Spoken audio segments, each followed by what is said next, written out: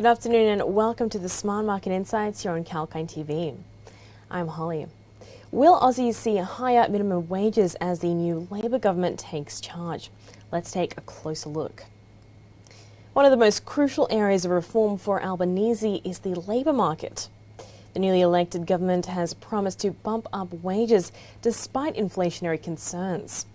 And the newly appointed Treasurer, Jim Chalmers, has blamed the previous government for not taking up responsibility for a range of economic issues overshadowing Australia.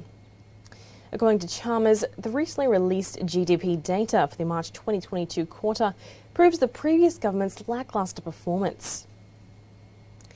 Labor is taking over in a scene marked by a mix of high inflation, rising interest rates and falling real wages. Treasurer Chalmers recently discussed $1 trillion worth of debt that the new government has inherited from its predecessors.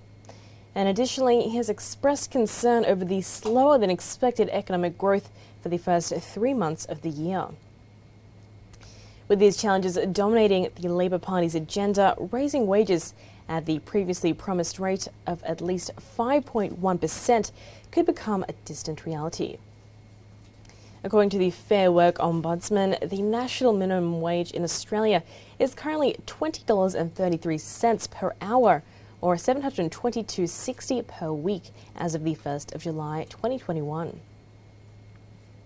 Employees covered by a registered agreement or an award are entitled to the minimum pay of rate, including the penalty rates and allowances.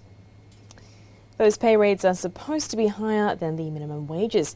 However, the Fair Work Commission is expected to announce a wage hike of around 4% in nominal terms.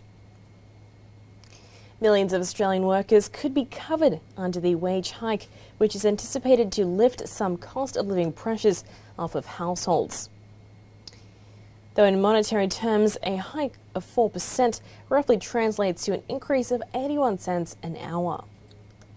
The wage projections have come up as the Fair Work Commission undertakes its 2021-22 annual wage review. A wage hike of 4% is likely to be the highest percentage increase in minimum wages ever announced since 2010. This would be a big boost for households, especially for those struggling to make a living in the current environment.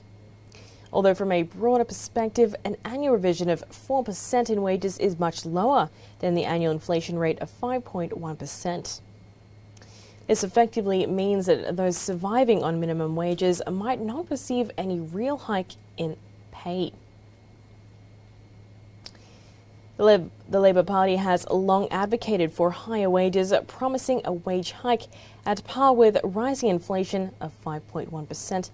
Although following the election win, the party has not yet submitted a wage hike estimate that it wants to achieve.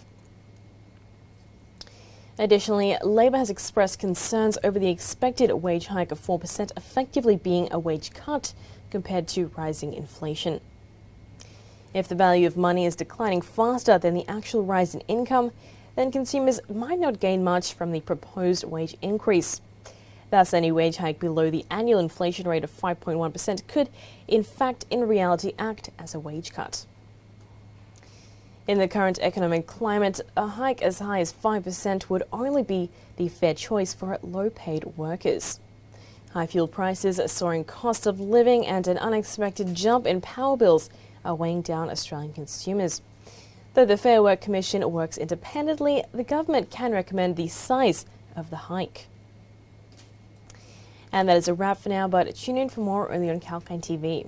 I'm Holly Shields signing off.